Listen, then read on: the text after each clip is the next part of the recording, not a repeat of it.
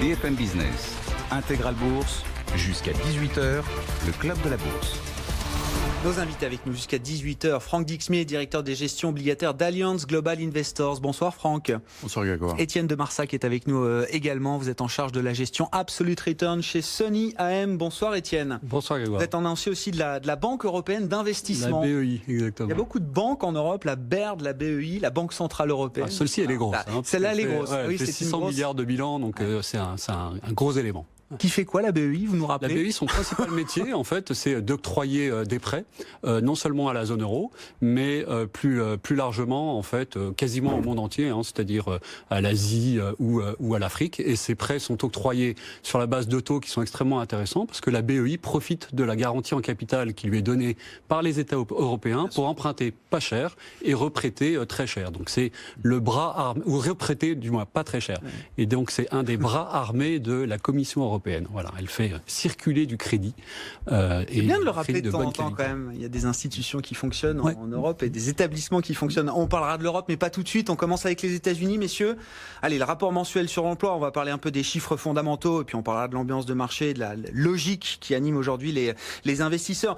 Bon, un rapport un peu particulier parce qu'on a quand même la plus forte progression des salaires depuis près de 10 ans. Alors on parle du salaire horaire moyen qui est une mesure d'une partie des salaires des Américains. C'est bien aussi de le rappeler, mais 3,1 de progression sur un an, ça commence à devenir significatif, Franck. Oui, on a la confirmation qu'on a des goulets d'étranglement dans l'économie américaine.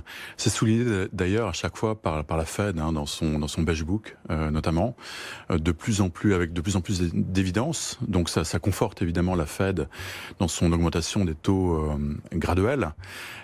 Pour revenir sur le rapport emploi, c'est un très beau rapport emploi. Bon, c'est vrai qu'on a toujours un peu de volatilité. On a eu des ouragans qui ont un peu perturbé l'activité économique aux États-Unis.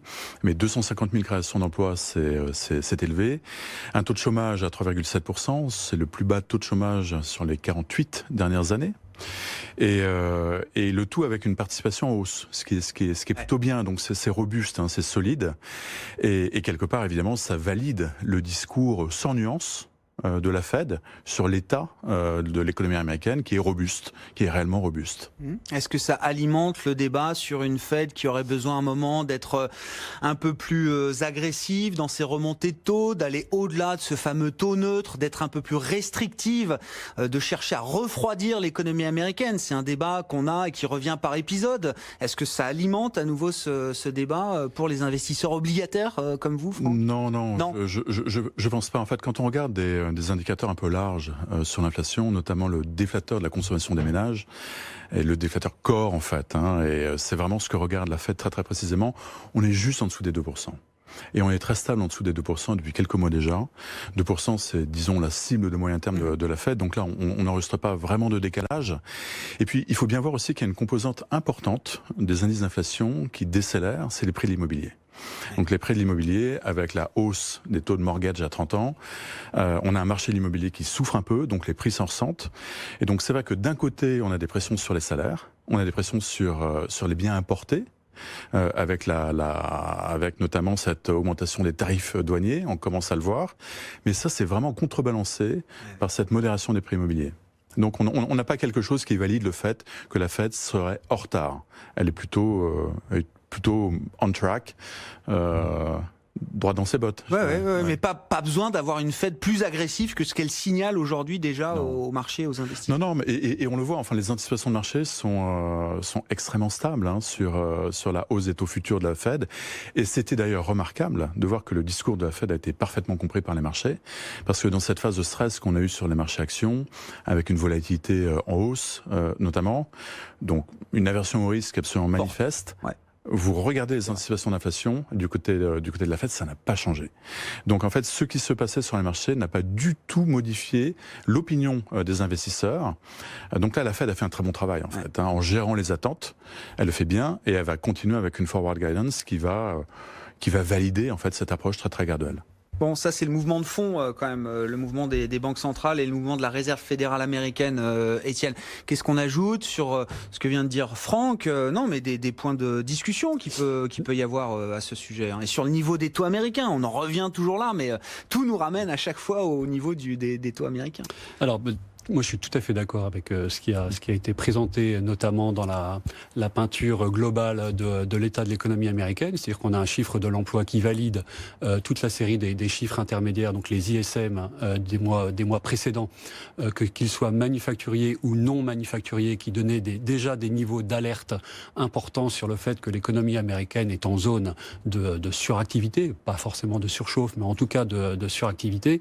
Et j'ai envie de dire un peu ouf, enfin, on voit des effets de cette suractivité sur les prix et notamment les earnings, ce qui valide, et là je rejoins tout à fait ce qui a été dit, c'est-à-dire le discours notamment de Powell, à savoir nous inscrivons dans la durée, nous essayons de regarder un petit peu plus loin que le bout de notre nez, et nous voyons, parce que l'inflation est un phénomène qui lague et qui est un phénomène retardé, nous commençons à voir dans le futur des tensions inflationnistes. Et ce qui paraît intéressant, c'est qu'en effet, c'est la première fois finalement qu'on a cette accélération des salaires, qui passe donc de 2,7 sur les mois précédents à 3,1, donc c'est une forte augmentation, ce qui signifie qu'on situe donc à ce point de convexité de la courbe de Phillips, vous savez, ce cadre un petit peu le rapport académique, entre le taux de chômage et l'inflation. Voilà, académique, utilisé par toutes les banques centrales du monde. Plus le taux de chômage est bas, plus l'inflation est censée être élevée dans les salaires et dans les prix finaux à l'arrivée. Exactement. Et vous aviez, alors peut-être pas des oiseaux de mauvais augure, mais peut-être des pessimistes qui disaient que l'inflation avait complètement disparu et que ce cadre analytique n'était plus en place, et notamment Amazon était éventuellement le responsable. On a vu à plusieurs reprises qu'Amazon avait tué la courbe de Phillips. Donc là, on voit bien que ce n'est plus le cas. On valide du coup les actions préemptives de la Banque centrale américaine. Et alors, j'ai peut-être un petit sujet de débat ou de désaccord avec les conclusions. C'est-à-dire que, oui, la Banque centrale va donc être, motivée pour continuer sur le rythme trimestriel de hausse de taux qui a été annoncé. Toutefois, moi, il me semble que ces hausses de taux ne sont pas intégrées complètement dans le marché. C'est-à-dire que vous avez pour 2020 une moyenne... vous êtes déjà à 2020 Oui, alors mais si 2020, il n'y aura plus de hausse de taux, Étienne. Mais ça, c'est c'est vous qui le dites, on verra. Ah, on peut penser déjà à des hausses de taux en 2020 encore. Ah bon? On n'a déjà même pas franchi 2019. Les gouverneurs de la Banque centrale américaine vous disent dans les fameux dots, donc dans les prévisions en fait, à la sortie de chaque comité, ils font des petits graphiques, puis ils vous disent, voilà, dans un an ou dans 2 ans, voilà où je mets le taux Fed Fund selon mes propres considérations. Donc la moyenne des gouverneurs de la Banque centrale voit en 2020 le taux Fed Fund à 3,5. Donc c'est leur taux d'équilibre. Le marché, lui, le voit plutôt à 3%. Ça veut dire qu'entre maintenant et dans 2 ans, il manque 50 points de base, donc au moins 2 Fed de hausse de taux. De hausse de taux. C'est quand même pas mal, relatif aux 2,25 sur lesquels on est aujourd'hui. Alors pour vous, qui a raison, le marché aujourd'hui ou la Fed? Moi, je crois que les chiffres d'aujourd'hui donnent raison à la Fed, et qu'on ira voir ce niveau de 3,5, en particulier parce que 3,5, ça correspond à 1,5 de taux réel et à 2% de break-even d'inflation. Donc 1,5 plus 2, ça fait 3,5. 3,5, ça vous donne le taux d'équilibre auquel doivent arriver les taux Fed Fund dans l'environnement courant. La réponse et conclusion sur ce sujet, Franck, en essayant d'être le moins technique possible, parce que c'est un sujet majeur, très important, et en même temps, ça nous amène vite sur des éléments très techniques. Moi, j'aurais plutôt le verre à moitié plein, parce qu'en fait, les anticipations de marché sur la hausse de 2018 qu'on attend en décembre, la dernière, et les 2 hausses de taux donc annoncées par la Fed à travers les dots et qui sont anticipées par le marché. Donc là, on a quelque chose de bien balisé. On a quelque chose de bien balisé sur les 16 prochains mois. Ce qui est pas mal. Parce que 16 mois, attention, on est quand même sur une inflexion à venir du cycle américain. On est sur le point d'inflexion du cycle économique. Un cycle économique extrêmement mature. Et on a un contexte d'incertitude qu'on a commencé à évoquer avec la Chine, avec d'autres facteurs de risque qui sont extérieurs aux États-Unis, qui fait que la Fed, effectivement, ne sera absolument pas en pilotage automatique pour monter ses taux. Elle sera vraisemblablement de plus en plus pragmatique au fur et à mesure qu'on s'approchera du taux neutre. On est très proche du taux neutre. Ils ont signifié, notamment dans le Beige Book, dans les minutes de la Fed, c'était très clair, qu'ils sont tous favorables à aller au-delà de ce taux neutre. Donc on va aller vers les 3, peut-être 3,25. Mais ça reste ouvert. Mais je dirais que avoir un tel gap sur un horizon 18 mois entre les anticipations et les dots, c'est pas quelque chose qui m'alerte en tant que gérant obligataire. 3,20 sur le 10 ans américain après ce rapport mensuel sur l'emploi qu'on a bien détaillé avec vous. On va poursuivre notre discussion. Apple, évidemment, il faut qu'on en parle, messieurs. Est-ce que c'est le dernier pilier du marché américain qui est en train de céder ou de vaciller? En tout cas, parmi les GAFA, c'est vraiment la valeur qui a le mieux résisté, qui a le mieux tenu jusqu'à présent. Apple qui recule de 6,5% après ses résultats, ça pèse sur le marché américain qui se replie après 3 belles séances de reprise technique. Et puis à Paris, bien, le rebond s'est un peu affaibli également, mais on gagne quand même grosso modo 3% sur l'ensemble de la semaine pour les actions européennes. Le CAC qui est allé chercher 5150, 5160 points au plus haut de cette séance et qui se retrouve désormais à un quart d'heure de la clôture autour des 5100 points, un petit peu au-delà, 5110 points en progression de 0,4%. Une pause et on poursuit donc ces discussions avec nos invités dans un instant. BFM Business, Intégral Bourse, jusqu'à 18h, le club de la bourse. Nos invités avec nous jusqu'à 18h, Étienne de Marsac, gérant en charge de la gestion Absolute Return chez Sony AM. Xavier Patrolin qui nous a rejoint également, président d'Albatros Capital. Bonsoir, Xavier. Et Franck Dixmier qui est là également, directeur des gestions obligataires d'Allianz Global Investors. On a commenté, détaillé avec vous, messieurs, le rapport sur l'emploi aux États-Unis. Changeons un peu d'univers pour parler d'Apple. On pourra revenir à la macro, Donald Trump, la Chine, les élections de mi-mandat. On pourra dire un mot aussi des sanctions iraniennes qui sont en train d'être dévoilées avant leur mise en place lundi. Mais Apple, quand même le sujet, un des sujets numéro 1 du jour. Est-ce que c'est le dernier pilier du marché américain et des GAFA qui est en train de vaciller et peut-être demain de craquer, Xavier? Est-ce que c'est comme ça qu'il faut se poser la question? Ouais, c'est un GAFA très singulier. Je pense que la leçon des publications trimestrielles va conduire probablement beaucoup d'observateurs à vraiment segmenter. Apple, c'est une situation hors norme. Et en termes bilanciels, en termes de positionnement de valeur, au fond, c'est une forme d'anti-Amazon, d'une certaine façon. Donc, les regrouper au sein d'un même sous-ensemble, ça me semble plus tout à fait pertinent. Moi, je fais partie des sceptiques. Je suis pas un Apple aficionados, en quelque sorte. Donc, je suis très réservé sur leur positionnement. Mais comme tu mentionnais, la logique de prix aujourd'hui, là, oui, la logique de prix qui va atteindre rapidement une limite, selon vous? Voilà, c'est ça. Je pense que c'est une logique, c'est un peu une espèce de retraite façon 6e Panzer, c'est-à-dire qu'il y a une telle pression concurrentielle qu'il se replie sur le haut du marché, où il se retrouve guère plus avec Samsung, mais je pense que la pression chinoise va continuer à se dérouler, et que j'observe que les opérateurs chinois montent énormément en valeur, et donc je suis interrogatif. Alors tu me disais hors antenne, ben oui, mais regarde pas uniquement le hardware, le produit. Non, mais j'allais dire que j'étais d'accord avec vous, et d'autant plus que le système fermé de l'OS, la logique de service qu'on comprend, alors qui est en train de monter en puissance, mais tout ça n'était pas encore très pertinent forcément ces dernières années, notamment la fermeture du système Apple, qui était souvent critiquée. Moi, je trouve au contraire que dans l'ambiance actuelle, avec la question des données personnelles, des systèmes ouverts qui posent des problèmes justement aujourd'hui en termes même pour les opérateurs à gérer, je me demande si justement ils n'ont pas fait le choix stratégique qui va porter plus que jamais aujourd'hui. Mais évidemment. Incraquable, inattaquable, gestion parfaite des données. Et Google aussi, même chose chez Google. D'ailleurs, ce qui est intéressant, c'est que Google, alors bon, c'est totalement embryonnaire, là je fais une digression, mais Google relance le produit. C'est pas uniquement le service, il relance une offre sur le marché américain au téléphone, voilà. Donc je pense que ça a une énorme logique. Je pense que c'est une boîte qui gère au fond sa primauté sur le marché, qui est pour l'instant pas profondément déstabilisée, qui est déstabilisée sur les volumes. On le voit d'ailleurs sur les zones émergentes, qui peut probablement déstabiliser sur les marchés matures occidentaux, mais je pense que ça va venir. Je pense que les intervenants chinois vont être très forts. Je pense que Samsung reste dans la course. Et donc, moi, je suis... Et le relais des services, alors? Parce que ça monte quand même fort. Oui. C'est 30% de croissance, 10 milliards de ventes. Moi, sur les services, ils vont donner la marge demain. Alors, on pourra dire un mot du changement de communication. Tout le monde retient qu'ils vont massifier les ventes, noyer le poisson. Oui, mais ils vont donner la marge des services. Oui. Ça, oui, mais ça, on éduque le marché à ce que Apple veut nous montrer aujourd'hui, évidemment. Il m'arrive d'aller sur quelques blogs de développeurs, justement, et j'observe qu'il y a quand même beaucoup de développeurs qui tapent du poing sur la table sur les marges perçues, notamment par Apple. C'est-à-dire le taux de prélèvement. Alors, tu me diras, oui, mais c'est un compromis. Apple, c'est le leader, donc il a un pricing, y compris là-dessus.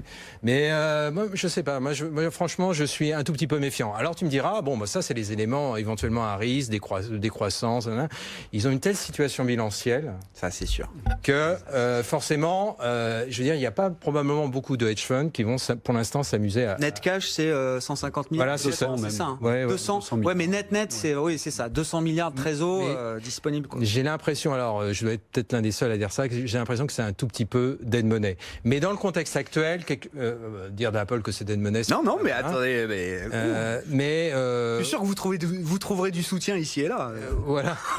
Et donc je pense que ça passe pas au rouge, mais qu'on a les premiers warnings qui se mettent. Et cette stratégie de repli en valeur, elle a probablement une très structurée du point de vue marketing, mais je suis pas sûr que ça rassure les marchés sur le moyen terme. En tout cas, ça va exiger pour les investisseurs une nouvelle gymnastique. Et je pense que le doute va s'introduire tout doucement. C'est un poison lent, donc ça reste quand même la première ou deuxième capitalisation worldwide. Mais moi, franchement, si je dois choisir dans les GAFA, tu en parlais tout à l'heure, je suis beaucoup plus confortable avec le business model d'Apple, qui me semble d'Amazon, qui me semble quelque chose qui est loin d'avoir atteint des limites, qui va s'étendre, diffuser. Alors peut-être d'ailleurs que les régulateurs vont s'attaquer à Amazon pour toute une série de raisons, mais en tout cas j'ai l'impression que c'est un déploiement multisectoriel qui correspond bien à la problématique notamment des classes moyennes qui sont en quête de pouvoir d'achat, qui sont en train de basculer, notamment des générations plus jeunes, sur la digitalisation. Et donc là-dessus, on est probablement loin d'avoir vu les potentialités. Alors après, tout a un prix. Probablement que la valorisation conférée par le marché dans les temps récents a été probablement excessive. On a appréhendé peut-être un peu trop de bonnes choses. On en reviendra peut-être après. Mais je suis beaucoup plus confort sur Amazon que sur Apple. Étienne ? Assez d'accord sur l'analyse globale et contextuelle, c'est-à-dire que on a Apple finalement qui est très tributaire de sa capacité à augmenter ses prix, mais qui n'augmente plus dans ses volumes, et c'est donc quelque part un petit peu inquiétant pour l'actionnaire et pour l'investisseur. Après, un tout petit peu moins d'accord sur éventuellement le choix d'Amazon contre Apple, puisque on est sur des niveaux de valorisation, donc en termes de price earning, qui sont de l'ordre de 15, qui dans l'univers des... Pour Apple, on paye 15 fois les bénéfices à venir. Donc ça reste très peu cher, très peu cher. Donc presque quasiment une société qui est attractive, alors qu'un Amazon se paye 60 années de bénéfices futurs. C'est-à-dire que vous faites le pari, au-delà de votre propre espérance de vie quand vous avez 30 ans, que l'entreprise continuera à payer des bénéfices. Donc c'est quand même un sérieux pari sur l'avenir que vous faites. Sur la croissance. Et pari dont vous ne verrez d'ailleurs pas la fin, puisque probablement vous serez décédé avant d'avoir raison. Et donc sur des simples critères de valorisation, moi je préfère, en particulier dans un univers qui est défensif, qui appelle à la prudence, d'acheter des valeurs qui sont légèrement plus décotées, plutôt qu'un Amazon qui va subir de plein fouet le risque réglementaire. Et notamment, vous avez une taxe qui est en train d'être discutée entre les Allemands et les Français pour être appliquée sur le chiffre d'affaires des FANG à un niveau européen. Cette taxe proposée par la France avait été refusée par les Allemands parce qu'elle portait sur l'OCDE. Maintenant que les Allemands ont compris que le cadre européen était un petit peu plus facile pour aller effectuer ce prélèvement, eh bien il y a un consensus qui est en train de se former, notamment au sein du couple franco-allemand, pour aller rogner probablement sur les marges, et notamment d'un Amazon qui n'est pas attaqué simplement en France ou en Allemagne, mais également au Japon par exemple, où il fait l'objet d'enquêtes également. D'enquêtes, voilà, pour abus de concurrence ou concurrence déloyale. Ou, voilà. Donc attention au risque réglementaire qui est, à mon avis, le risque que l'on prend quand on s'expose à une boîte comme réglementaire et fiscal, en l'occurrence. C'est d'ailleurs, enfin, on est passé de mon ennemi c'est la finance à nos ennemis sont les GAFA. Non, mais c'est devenu quand même le mantra politique partagé par tout le monde en Europe. Mais à tel point que la tech européenne, vous avez suivi ça quand même cette semaine, 16 grandes entreprises de la tech européenne, Zalando, Booking, Rovio, l'éditeur d'Angry Birds, enfin des boîtes majeures justement, les fleurons technologiques européens ont écrit à l'Ecofin, au ministre des Finances, en disant non, vous êtes en train de faire une erreur. Taxer le chiffre d'affaires de ces GAFA comme vous voulez le faire, c'est une entrave fondamentale à la croissance de la technologie européenne. Parce que derrière, c'est de l'argent qui est réinvesti dans notre croissance et dans notre capital, et c'est ce qui fait grossir aussi l'écosystème de la tech européenne. Non, mais c'est intéressant comme point de vue. C'est un vrai débat, mais je trouve que ça casse un peu le mantra politique de non, les GAFA sont méchants, il faut les punir, il faut les taxer, qui devient quand même un peu dangereux, je trouve. Non, Xavier? Oui, mais enfin, moi, là, je vais changer de casquette. Je vais me mettre du côté de nos dirigeants de la classe politique. Derrière les GAFA, il faut jamais oublier qu'il y a quand même, je vais pas faire de l'analyse de comptoir, mais il y a un mouvement libertarien extrêmement puissant qui a pour objet implicitement une forme de déconstruction des États. Et d'ailleurs, il y a une forme de paradoxe incroyable chez les GAFA, c'est-à-dire qu'ils participent aux échanges sociaux, notamment les Facebook et autres, et ils participent très peu au financement du bien commun. Au fond, mais j'y arrive. Ce sont des gens qui poussent à un point de paroxysmique l'optimisation fiscale dans des proportions qui, si au fond les opinions publiques était vraiment alerté de manière très puissante. Si ça constituait la une de vos journaux pendant des semaines et des semaines, je pense qu'il y aura une sensibilisation des opinions publiques très forte. Au fond, c'est des gens qui ont des externalités positives, technologie, tout ce que tu voudras, mais qui ont des externalités négatives, on le voit, et très puissantes, on le voit sur la distribution. Là, c'est plus de la disruption, c'est de la destruction pure et simple. C'est plus, et donc les pouvoirs publics sont confrontés à des phénomènes d'érosion, d'évasion fiscale qui ont des proportions absolument incroyables. Et donc ça, c'est un vrai sujet. Après, ils sont persuadés, avec leur activité, plus qu'avec les impôts qu'ils devraient payer, de faire le bien commun. Je pense que c'est ça. Ils sont persuadés de ne pas avoir besoin justement de reverser. Ça, c'est du blabla, ça, c'est du discours. Je sais pas. C'est aimable. L'état d'esprit de la Silicon Valley, je ne suis pas sûr que ce soit oui, que vous décrivez forcément, Xavier.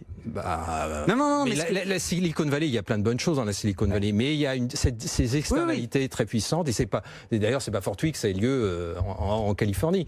Mais je pense que ça c'est un vrai débat, et je pense que même le régulateur, même les sénateurs américains discutent de ce sujet, et je pense que même aux États-Unis, on aura des décisions. Donc tu as raison sur le fait qu'Amazon, dans le business model, dans le business cas, pardon, dans le cas d'investissement, on doit intégrer la valorisation. Les évolutions réglementaires et fiscales et fiscaux. Et pour les Européens, la réaction des acteurs européens, c'est tout simplement, ils sont comment dirais-je, ils sont dans une telle situation d'infériorité en termes d'offres technologiques par rapport et aux Chinois et aux États-Unis, que évidemment ils souhaitent pas être défavorisés par une pression fiscale additionnelle.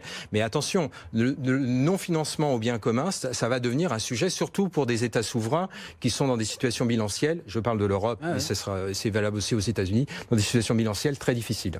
Franck, ça inspire un commentaire. On a bien développé là. Non, je pense qu'on a bien développé. Enfin, on parle aussi de modèle de société, la place de l'État, la place de l'entreprise privée. Donc on peut en débattre à l'infini.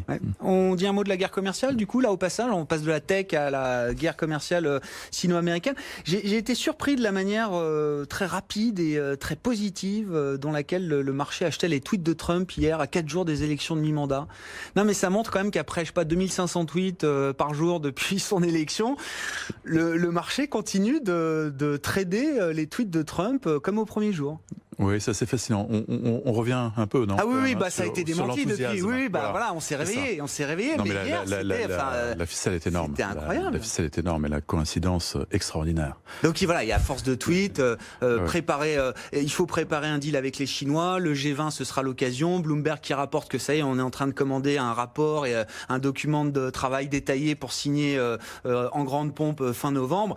Bon, et puis quelques officiels quand même, alors je sais pas quel jeu de rôle ils ont là-dedans, mais quelques officiels viennent nous dire non, c'est peut-être pas pour tout de suite. Non, mais que le climat s'apaise en termes de ton de la négociation, tant mieux, parce qu'on était quand même un peu sur des querelles de cours d'école aussi, dans le ton enfin surtout du président Trump.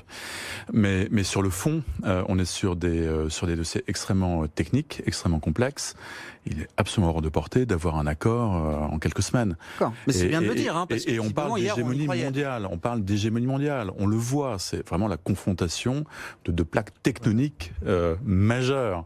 Et là, on parle d'une stratégie qui va se dérouler sur des années. On peut pas imaginer comme ça qu'on résolve à court terme des problématiques aussi, disons, structurantes pour l'avenir. Donc tonalité plus apaisée, pourquoi pas. Accord définitif, certainement pas tout de suite. Non. Ouais. Non, mais il est quand même assez intéressant de constater qu'on voit quand même sur les chiffres économiques qui tombent aux États-Unis, on l'a vu sur les récents PMI, etc., que la contribution des exports chute.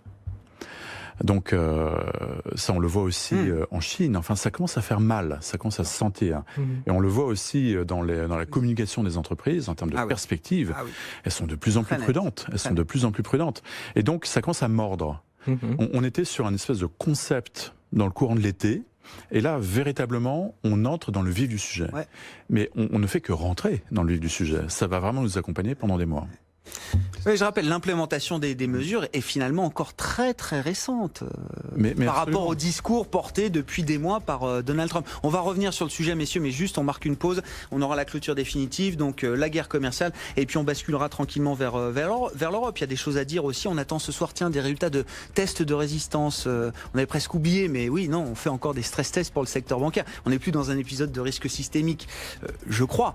On verra ce qu'en pensent mes partenaires ce soir, mais quand même, on n'est plus à l'époque où effectivement chaque stress test était scruté comme ça de près par les investisseurs et le marché et même les journalistes. Mais là, ce soir, avec les banques italiennes, évidemment, ça pourrait prendre une dimension un peu différente. On marque une pause, clôture à suivre et ces sujets à développer jusqu'à 18h.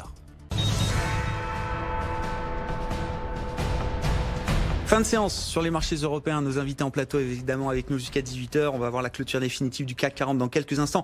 Je vous redonne quand même quelques-uns des éléments clés de cette séance. Bon, on a eu le rapport sur l'emploi aux États-Unis, excellent, avec une accélération significative des salaires, qui était attendue par le marché. D'ailleurs, pour une fois, le marché n'a pas été surpris par ce chiffre de salaire qui progresse sur un an désormais de 3,1%. Donc quand même une nette accélération par rapport aux 2,7, 2,8 qu'on avait les mois précédents. Le dollar se renforce un petit peu. L'euro-dollar passe sous 1,14 cet après-midi. Le 10 ans américain remonte autour de 3,20%. Voilà pour les réactions à ce marché américain, à ce rapport américain sur l'emploi. Les résultats d'Apple qui plombent un petit peu l'ambiance sur le marché américain, le marché action, il faut le noter quand même, Apple qui dévisse de 7%.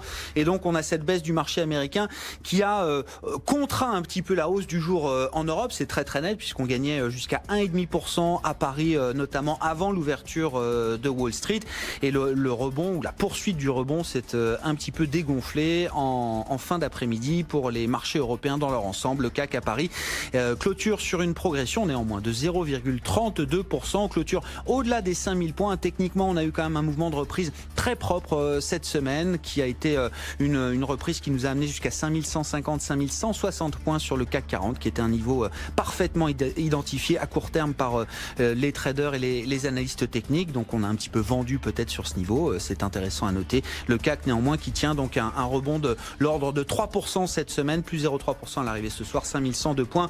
On a racheté pas mal de valeurs qui avaient souffert en lien notamment avec le ralentissement chinois et les perspectives d'une intensification de la guerre commerciale entre la Chine et les États-Unis. Alors on pense au secteur automobile, bien sûr. On voit l'équipementier Valeo qui rebondit et qui poursuit son rebond aujourd'hui, qui regagne encore 4%. Le luxe également, Kering plus 5,5%, LVMH gagne 3,4%.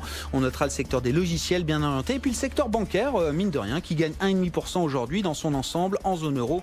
On voit des titres comme Société Générale ou Crédit Agricole qui gagnent plus de 1%. À l'inverse, on a délaissé des valeurs au profil plutôt défensif. Sanofi recule de 1,6% ce soir.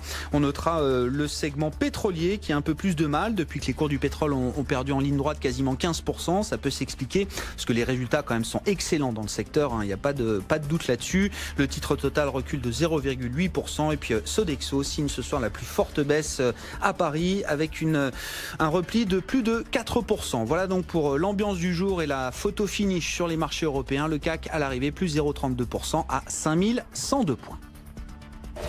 BFM Business, Intégral Bourse, on refait la séance. On refait la séance, on a parlé de l'emploi américain, de Apple également, et puis on est en train de discuter également de cet espoir qui avait soutenu, catalysé en partie le rebond des marchés américains, cet espoir sur l'idée d'une détente entre la Chine et les États-Unis sur le plan commercial, espoir qui a été douché un peu aujourd'hui, ce qui peut expliquer d'ailleurs peut-être une partie de la baisse du jour à New York. Étienne de Marsac, gérant chez Sony AM, Franck Dixmier, directeur des gestions obligataires d'Allianz Global Investors, Xavier Patrolin, président d'Albatros Capital, sont avec nous. Étienne et Xavier, sur la guerre commerciale, Franck s'est exprimé, vous avez sans doute quelques commentaires à faire. Le marché, pourquoi le marché s'est emballé à 4 jours des élections de mi-mandat ? En fait, la réponse, elle est dans votre question. Oui. C'est-à-dire que moi, ce que je note, c'est une corrélation qui est presque ridiculement ou du moins positive entre les tweets et la frénésie de tweets de Trump et la baisse des marchés actions, notamment Apple. Donc Apple annonce des résultats qui, du moins, provoquent une baisse dans la nuit de 7%. Vous avez immédiatement Trump qui se met à tweeter pour qu'on pense à autre chose sur un plus long terme. Et en ce qui concerne la guerre commerciale, on a une corrélation et quasiment un lien de causalité également entre les mi-termes, la baisse exceptionnelle du marché actions du mois d'octobre, et puis comme par hasard ces ouvertures qui nous sont présentées en termes de négociations entre les États-Unis et les États-Unis. Donc là, la concomitance ou la corrélation entre les deux est presque risible. Et ne trompe personne. Donc. Et ne trompe personne. On a commencé à tromper quand même ce matin avant que ça se calme.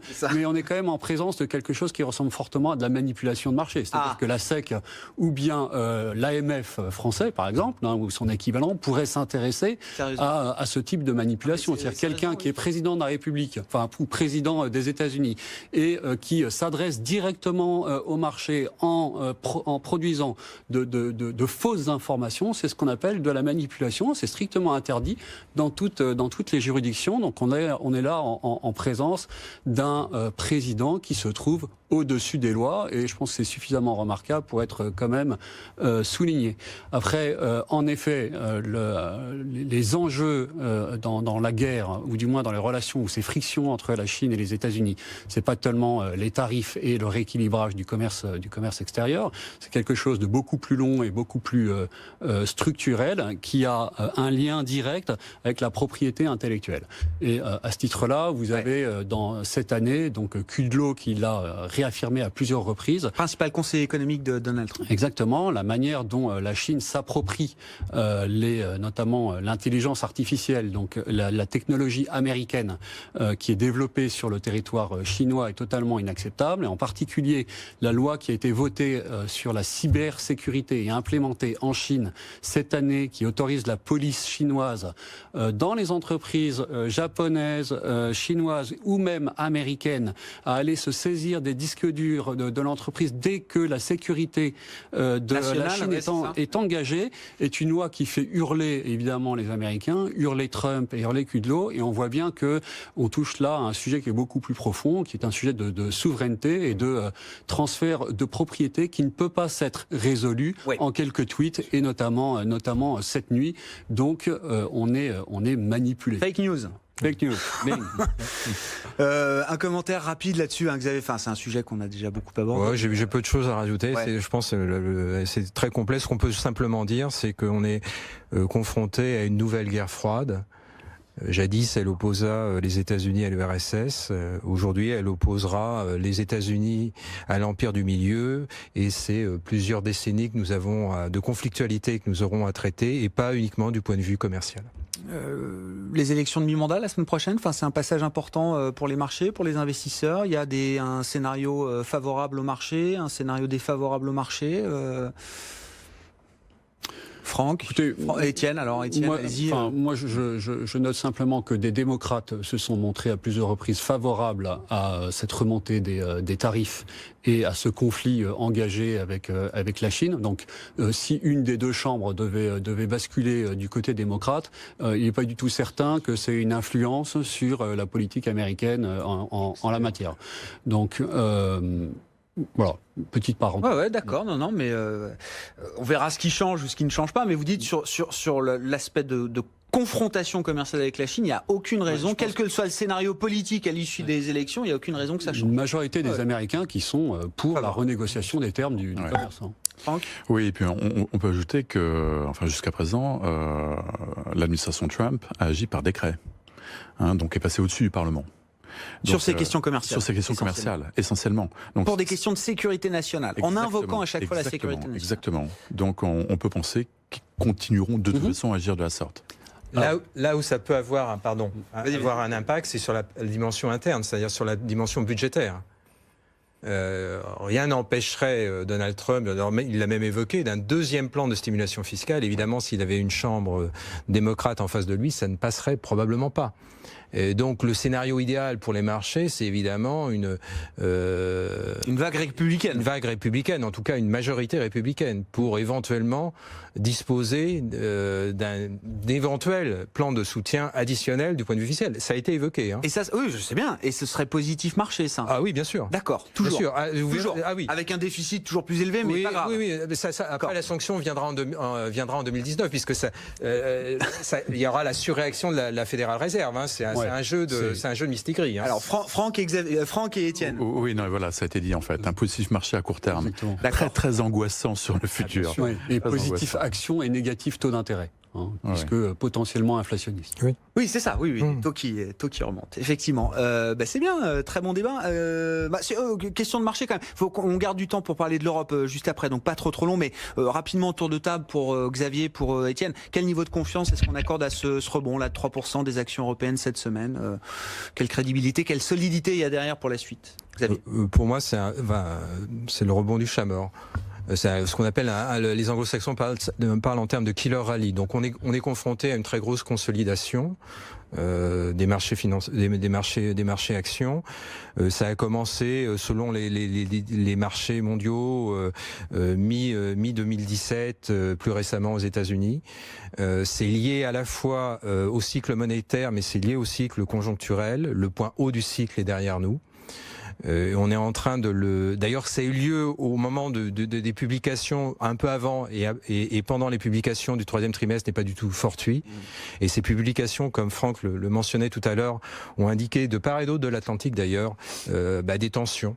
Des tensions en termes de coûts, des tensions en termes de chaîne de production. Donc les marges sont non soutenables. Les analystes sont en train de revoir à la fois pour 2018, mais plus encore 2019 et éventuellement 2020, revoir à la baisse.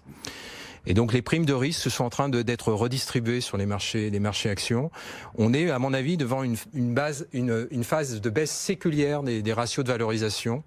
Donc c'est pas fini, c'est pas nécessairement un one way. Il y aura des paliers. Ce qui m'aurait satisfait au cours de cette semaine, c'est que le marché consolide, c'est-à-dire reste relativement stable. Alors là, il est reparti. Voilà, je suis pas un chartiste invétéré, loin de là, mais il a ouvert plein de gaps. Ça nous dit simplement que les mains qui ouvrent ces gaps sont des short sellers qui débouclent des positions, mais il n'y a pas d'investissement derrière. Pourquoi il n'y a pas d'investisseurs? Parce que je pense que les investisseurs, aussi bien personnes physiques que personnes morales, sont plutôt dans des logiques d'augmenter la part cash parce que l'avenir devient plus incertain. Qu'est-ce qu'on rajoute à ça rapidement, Étienne, pour parler de l'Europe? Non, exactement. 2018, c'est un gros changement dans la décennie. C'est la première fois qu'une banque centrale réduit la taille de son bilan. On parle ici de la Fed et expérimente quelque chose qui jusqu'à présent n'avait jamais été tenté, c'est-à-dire passer du quantitative easing au quantitative tightening. On rentre donc dans une période tightening en anglais. Exactement. Voilà. Donc, après l'accommodation monétaire, le resserrement monétaire. Exactement. Donc c'est-à-dire qu'on pratique un accommodement à l'envers, donc un quantitative easing à l'envers, dans la mesure où la Fed réduit la taille de son bilan de 30 milliards par mois, 300 milliards à ce jour, et ceci n'a jamais été tenté. On est absolument incapable d'anticiper quels vont être les effets sur l'économie ou sur les marchés, et il est très probable donc que ces phases de rupture que l'on perçoit depuis la bulle des cryptocurrencies jusqu'à aujourd'hui, en passant par l'élargissement du spread de l'Italie contre le Bund, c'est une conséquence directe de ce retrait de liquidité qui va durer et qui va s'étendre, puisqu'il ne va pas simplement concerner les États-Unis, mais également l'Angleterre qui va retirer son QE et ses achats de dette en direct, la Suisse qui recycle ses excédents via l'achat de bonds,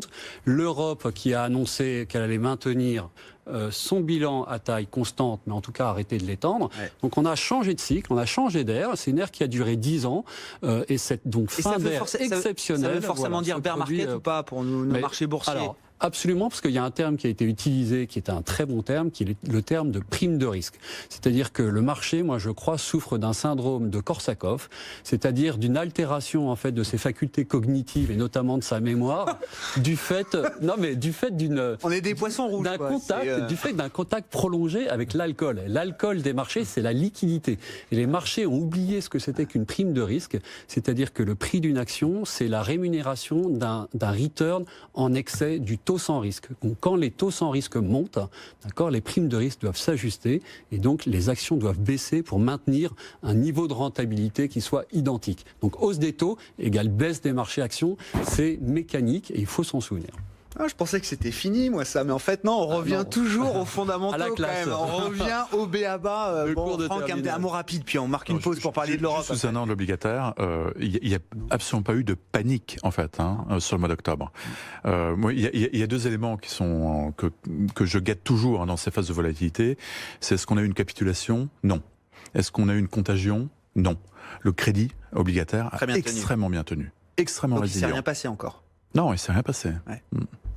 Il y avait une centaine de hausses de taux quand même sur les crédits américains et les loans américains, mais en Europe, en effet, le crédit tient de manière. Mais c'est encore gentil. C'est encore gentil. Oui, c'est que le début. Bon, allez, on marque une pause. On va parler de l'Europe, l'Italie à suivre dans un instant avec nos invités du Club de la Bourse. BFM Business, Intégral Bourse, jusqu'à 18h, le Club de la Bourse. Il nous reste 5 minutes avec nos invités du Club de la Bourse. Étienne de Marsac, gérant Absolute Return chez Sunny AM, et vous venez aussi de la Banque Européenne d'Investissement. On a rappelé tout à l'heure, grâce à vous, ce qu'était la Banque Européenne d'Investissement, Étienne. On va parler de l'Europe, justement. Xavier Patrolin, président de l'Albatros Capital, Franck Dixmier, directeur des gestions obligataires d'Allianz Global Investors. On parle de l'Europe. On va parler de l'Italie, peut-être, si vous le voulez bien. Après l'environnement financier, c'est l'environnement économique qui se dégrade rapidement. On a vu une croissance nulle, des enquêtes d'activité manufacturière qui sont au plus bas depuis plusieurs années, pas loin d'être en contraction d'ailleurs si on regarde ce niveau de PMI. Et une question bancaire qui est la question peut-être qui anime le plus aujourd'hui le gouvernement italien, avec inquiétude, on peut imaginer. On aura les résultats des tests de résistance tout à l'heure. Est-ce qu'on a là matière à négocier désormais pour Bruxelles vis-à-vis de Rome sur les questions budgétaires? Franck? Alors, c'est vrai que le marché est un peu moins stressé visiblement par rapport à la dette italienne, puisque par rapport au plus haut qu'on a atteint il y a une dizaine de jours, les spreads se sont resserrés. Donc l'écart de rendement entre les emprunts d'État italiens et les emprunts d'État allemands s'est resserré d'à peu près une cinquantaine de points de base. Donc c'est pas négligeable, mais fondamentalement on peut rester assez inquiet. On a une situation qui aujourd'hui est assez bloquée. Il y a un dialogue qui doit s'instaurer, qui doit continuer. Il y a encore 2 semaines maintenant. On a encore 2 semaines devant nous. Quoi j'ai raté. Je me souviens plus du calendrier. Cette séquence de dialogue. Donc la Commission européenne a formellement rejeté le budget italien. Et ils doivent resoumettre normalement. Il y a 3 semaines de dialogue. Donc cette période-là doit être mise à profit pour trouver un compromis budgétaire. Bon, il semblerait que les Italiens souhaitent bouger un peu, mais attention, parce que ce qu'on voit en termes de décélération quand même de la croissance en Italie invalide évidemment ça va très très vite. Toutes les hypothèses de construction de ce budget et mettre la barre encore plus haute. Donc ça va être un peu compliqué. Moi j'avais le sentiment que ce qui pouvait être l'arbitre là-dedans, c'est le marché. C'est le marché. Sous la pression du marché, effectivement, le gouvernement italien serait contraint de réviser et puis de sauver la face avec des ajustements techniques que personne ne comprendrait, avec le blanc-seing de la Commission. Mais non, parce qu'effectivement, le marché relâche un peu sa pression. Je pense que cette pression, elle devrait logiquement revenir, parce qu'on ne voit rien venir. Pourquoi le marché relâche la pression? Qu'est-ce qui explique ça? Je pense que le fait que les agences de rating aient dégradé d'un cran et puis simplement une perspective pour l'autre, finalement a un peu apaisé, parce qu'on craignait le pire, une dégradation des deux principales agences de rating à un cran. Donc on vit encore dans ce soulagement d'agences de notation qui n'ont pas été aussi sévères que ce qu'on pouvait craindre contre Europe. C'est vain, parce que fondamentalement, on a une situation italienne qui est extrêmement faible, et politiquement une situation extrêmement compliquée, bloquée. À mon avis, il sera quand même très très difficile d'éviter la confrontation. Ouais. Étienne de Marsac, votre conviction, c'est que les problèmes du secteur bancaire italien vont faire bouger les lignes? Exactement, je pense qu'on n'est qu'au début en fait de la crise, notamment parce que il existe un lien qui n'a pas été tranché entre le secteur souverain, donc entre la dette souveraine et les banques, lien qu'on appelle le lien sanglant, le lien de la mort, ce qu'on appelle en anglais le doom loop, tel que le caractérise la BCE. Et ce lien qui n'a pas été coupé est le problème fondamental de la zone euro, c'est-à-dire que les banques sont incitées pour des raisons réglementaires à réinvestir leur capital ou leur buffer, donc leur stock de liquidité, directement dans de la dette d'État. Pourquoi de la dette d'État? Parce que ça consomme très peu en risk-weighted asset, donc en actifs à mettre en face. En actifs pondérés du risque, exactement, donc en capital à mettre en face. Vous avez un risque qui est quasiment de zéro quand vous investissez sur de la dette souveraine. Et donc les États pratiquent la préférence nationale. C'est-à-dire que vous allez retrouver dans les banques françaises de l'OAT, de la dette française, et dans les banques italiennes derrière du ça, BTP. quand même, on a un peu cassé quand même ce lien avec des nouvelles règles de résolution bancaire, comme on les appelle, de sauvetage du secteur bancaire. Et c'est bien visiblement ce dont il pourrait être question entre l'Italie et Bruxelles aujourd'hui. Règles de résolution bancaire qui, pour le cas italien, ont été... l'Italie a été exemptée l'année dernière, en 2017, lors de la recapitalisation de Monte dei Paschi, puisque pour la première fois, au sein de ce cadre qui s'appelle BRRD, donc ce que vous qualifiez de cadre réglementaire permettant la recapitalisation des banques en mettant l'actionnaire à la porte et en mettant à la valeur de zéro toute la dette, cette méthode de résolution un petit peu brutale a été évitée pour ce qui concerne Monte dei Paschi, qui a été recapitalisé à hauteur de 8 milliards en 2017 par une intervention directe de l'État. Et donc pour avancer, Étienne, ça veut dire autorisé. On va les autoriser à nouveau recapitaliser leurs banques en contrevenant aux règles qu'on a pourtant mis des années à mettre en place, et c'est là-dessus qu'on va négocier. C'est exactement ce sur quoi porte la négociation, c'est-à-dire que au-delà des signaux de forte intensité que l'on voit, comme la lettre de warning adressée donc par la Commission européenne à l'Italie, ce qui se produit un petit peu dans les coulisses, c'est cette négociation que fait le gouvernement italien de pouvoir se voir autorisé à recapitaliser son système bancaire de manière directe, tout en évitant la résolution, c'est-à-dire la mise en cessation de paiement des banques. Donc sont directement concernés Monte dei Paschi, mais pas seulement. Vous avez également donc Intesa qui est investi dans 90 milliards de dettes, 80 milliards de dettes souveraines se retrouvent à l'actif d'Intesa. Ça représente 90% de ces buffers de liquidité. C'est la deuxième banque du pays. Exactement. Donc le lien consanguin entre l'État et les banques n'est pas coupé, et c'est ce qui fait que la contagion va continuer, indépendamment de cette croyance du marché selon laquelle le bouclier européen peut fonctionner. Et moi, je pense qu'il est complètement inopérant. Pourquoi? Parce que l'ESM ou l'OMT, donc les deux manières qu'ont la Banque centrale d'acheter de la dette ou de la dette italienne, ne peuvent être déployées que si l'Italie appelle au secours et signe un Memorandum of Understanding. Les Italiens n'appelleront jamais au secours, et donc le bouclier européen est inopérant, ne peut pas sauter sur la dette italienne et compresser les spreads. On n'a plus de temps. Xavier, 10 secondes, non? Non, on n'a plus de temps, tout a été dit. Parfait. On va suivre les résultats des tests de résistance ce soir sur l'Italie et voir effectivement comment est-ce que cette question bancaire va pouvoir s'inviter dans les négociations avec Bruxelles. Rapidement, Xavier, sur la musique de fin. Target 2, qui est les mécanismes mécanismes de compensation entre banques centrales, on a quand même quelque chose de très intéressant. Donc c'est une dialectique du maître et de l'esclave, et donc les Européens, y compris la zone marque, sont probablement très craintifs de ce point de vue-là. N'oubliez jamais que la Bundesbank a 1000 milliards en position créditrice et que la Banque centrale italienne a une position débitrice sur target de pas loin de 500 milliards. Donc ça vous donne les fuites de capitaux, et donc ce soir ça sera très intéressant de regarder les positions de liquidité qui ont été modélisées et qui ont été intégrées sur le stress test, parce qu'il y a eu évidemment des fuites de capitaux, du côté italien en tout cas. On s'arrête là pour ce soir, messieurs. Merci beaucoup. Merci d'avoir été les invités du Club de la Bourse. Le CAC 40 plus 0,32% à l'issue d'une semaine de reprise technique qui a vu bien les marchés européens regagner 3% après la purge du mois d'octobre. Le CAC à 5102 points. Bon week-end. On se retrouve lundi dès 15h30 pour la suite du feuilleton Intégral Bourse. BFM Business, Intégral Bourse, jusqu'à 18h, la bourse en temps réel.